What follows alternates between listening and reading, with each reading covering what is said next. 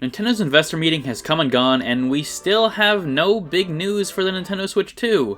So, what's going on? Well, first of all, they did have some news. We do know now that the console is going to be backward compatible, which, we kind of already assumed that, but I guess it's good to have confirmation. And this is kind of weird because, the thing leaked like a month or two ago, so it's kind of interesting that they're still not acknowledging that. Not that I think they would acknowledge any leaks in general, but I think it's kind of weird that they haven't announced the thing yet, at the very least. So what I originally thought was going to happen was that they were going to basically mimic what they did with the Switch, because the Switch is their most successful console, so of course it makes sense to mimic that, especially with the new leadership who hasn't released a new console yet. So they probably wouldn't want to rock the boat or anything like that. So my prediction was that they were going to announce the console in September or October and then release it in March or April. But that obviously hasn't happened, and it's kind of looking unlikely to happen. I don't think they're going to announce the console by the end of the year. It is still technically possible, but the fact that we got the investor meeting and still no major announcements in that regard, I sort of doubt it. I still think it's possible they release it in the first half of next year, but I think March is pretty much out of the question at this point. They could reveal it in January and then release it in like April or May, but it's kind of looking unlikely. It could still happen, but I'm not entirely sure that that's going to be the case. Now, of course, it could still release in November like a lot of their consoles, but it seems kind of unlikely to me that they would do that for a couple of reasons. First of all, like I said, they would want to mimic the success of the Switch, especially since this leadership has not released a console before. And secondly, the last time they released a console in November, that was the Wii U, and obviously that didn't do very well. Now, granted, of course, things like the PlayStation, release in November and still they're doing pretty well, but for Nintendo, it doesn't really work out that way all the time. Plus, there's a couple reasons why I think releasing the first half might be better. The biggest reason why they might not want to release it in November is kind of counterintuitive. It's because of the holiday season. Now, some people might say, well, that's obviously the reason to release it in November. That makes the most sense, right? People are ready to open up their wallets and, buy a new thing for their kid or whatever.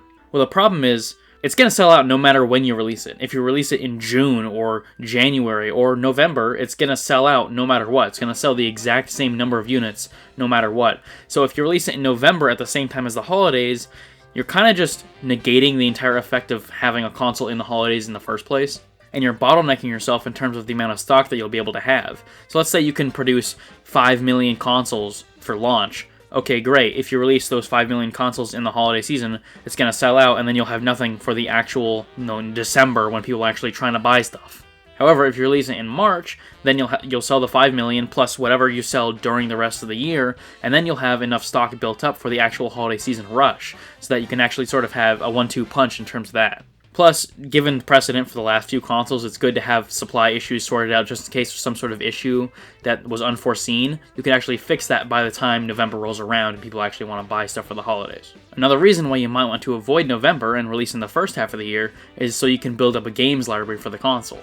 So that way people will actually be able to buy more games during the holiday season instead of just a few that are released during launch. So given the fact that it kind of makes more sense to release in the first half of the year than the second half, and the fact that it's looking increasingly less likely that it's going to release in the first half of next year, we might have to start asking ourselves if 2026 actually makes more sense. I know this kind of sounds crazy, but you have to keep in mind that the Switch is Nintendo's most successful console. I know some people will point out the DS, but the Switch sold more software, which I think is more important in terms of actually making sales. Because of course, the console itself only exists for the sake of selling software. Another concern for them holding out until 2026 would be the sales drop-off. It's undeniable that the Switch is just selling less now.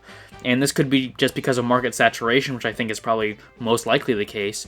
And another problem is that a lot of these games don't sell more after launch. They don't really have legs anymore. Tears of the Kingdom sold 20 million copies in the first, weekend or something like that. And then it basically sold nothing else after that. Not even during the holidays did it sell another, million or not even, another 2 million. So it's kind of insane, especially considering that games like Breath of the Wild, and of course they came first, but those games actually had legs. I'm pretty sure Breath of the Wild still sells. It's still in print. You can still go to the Walmart and buy it. You can't do that for some of the other games that came out later. You couldn't go to Walmart and buy Origami King, probably. They're not going to have that game. Plus, some of these games are just selling less. Look at Echoes of Wisdom, for example. That game sold, 2.5 million copies? That is worse than Link's Awakening. I'm pretty sure Link's Awakening sold 6 million, and that was a remake. This game is not going to have legs at all. 2.5 million, it's probably not even going to sell 1 million more during the holidays. So it's probably going to max out at 3 million at best. Another question that people might have is that, what are they even going to release during this time if it doesn't come out next year? But of course we know about Donkey Kong Country Returns and Xenoblade X. Those are ports. or remasters. And we do have a couple new games, Pokemon Legends ZA and Metroid Prime 4. So they could release, more remasters, more Wii games and stuff like that, maybe like Punch-Out Wii or something. And they could also do more Wii U games. And the thing with the Wii U games is kind of funny, is that every single time a new Wii U game gets announced for Switch, they always have that joke about, oh, we're going to throw my Wii U away, it's now useless. But it's like there's always at least another game that's on the Wii U that's like fun to play, that you could feasibly have a Switch port of, yet it still just never comes. Now, I think some of the bigger ones could still come, and there is still some, in case you don't remember. Zelda Wind Waker HD, Zelda Twilight Princess HD, Yoshi's Woolly World, Star Fox Zero, Paper Mario Color Splash. That's probably, like, it, but you could still have those games. I mean, that's still plenty enough to fill out. But, of course, my idea was that these games would basically serve the same purpose they did for the Switch when it first came out. That would be filling up the gaps and droughts, and effectively having another release, even if it's not technically a new game. But of course, if they're releasing in 2026, they could still do that. I think, of course, these games would actually be on Switch 1, especially since Switch 2 is backward compatible, so it would work on both. But I think that's how they would want to release those Wii U games, again, is just having that same sort of filling out the drought kind of thing. But if they're waiting until 2026, they might just want to release them next year instead. And of course, you can't just have ports. I mean, we kind of had ports for a while in the first half of the year. They're going to need to have new games too, and some of them they might have is a new Hyrule Warriors. People were saying a new Hyrule Warriors maybe this year, maybe thought, there's going to be a new Zelda game this year, so of course Hyrule Warriors makes the most sense. But then we got Echoes of Wisdom. So I think Hyrule Warriors still makes sense. I know there's another Warriors game coming out in next year, in like January or something, but Hyrule Warriors still makes the most sense because it's the best-selling Warriors game, Age of Calamity. And it has been a long time since they had a game. I mean, they had a big gap between, I think Age of Calamity was the last one, and then this new one's coming out next year. So there's still a big gap, enough that I think they probably could have had another game in development. Maybe they were just holding on to it because Nintendo likes to do that. But I could see that coming out this year, and it would probably be based on Tears of the Kingdom. Another game we could have is another Kirby game. It's been a while, especially a brand new 2D Kirby game. So it's kind of interesting, and of course the last one was a remake, but we'll still have a gap for Kirby, and I don't know what's going on with the Switch. There's only like one new Kirby game on it, one new 2D Kirby game on it, so it's kind of interesting. And that one, Star Allies, isn't very good in most people's opinion. I personally haven't played it, but I played the demo and I didn't think it was very interesting. Another thing they could release is that game from the Nintendo Switch Online playtest. Now, I didn't play it. I had a friend that played it, but this seems like a robust enough release that they could come out next year, and it seems like there's enough content in there that they can actually release it soon. It could very well be something that they think is going to be a really big thing, like Roblox or Fortnite. I don't know about that, but maybe they're thinking that it's going to be a big release. So 2026 is possible.